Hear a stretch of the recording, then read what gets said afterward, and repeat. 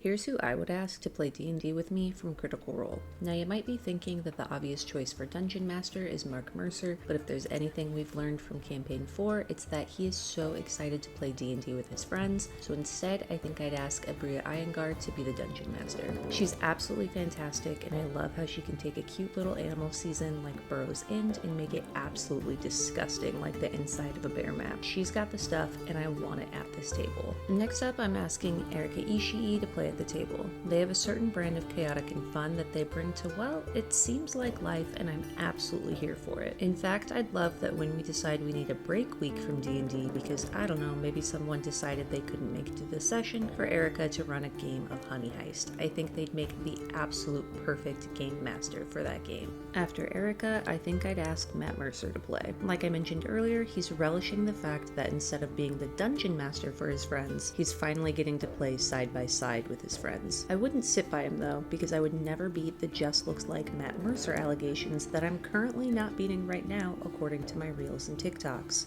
I'm also asking Lou Wilson to join the party. That man can commit to the bit like it's nobody's business, but I want to make it mine. It wouldn't matter if he played the straight man or a bit character. I think whoever he rolled up would be perfect and could do no wrong. And to round out the party, I'd ask Brennan Lee Mulligan, another person you don't often get to see in the player seat because, well, he's always running the game. Obviously, the encounters would be stacked against him, but in the end, I'm sure whoever he ended up making for the table be able to wiggle their way through each near-death experience thrown at him. Now you might be asking yourself, okay, but what does Jess bring to the table when this cast is absolutely frick-frackin' stacked? And to that I say, a charity background. Let's raise some money for a good cause and have a great time while we're at it. You know what I'm saying?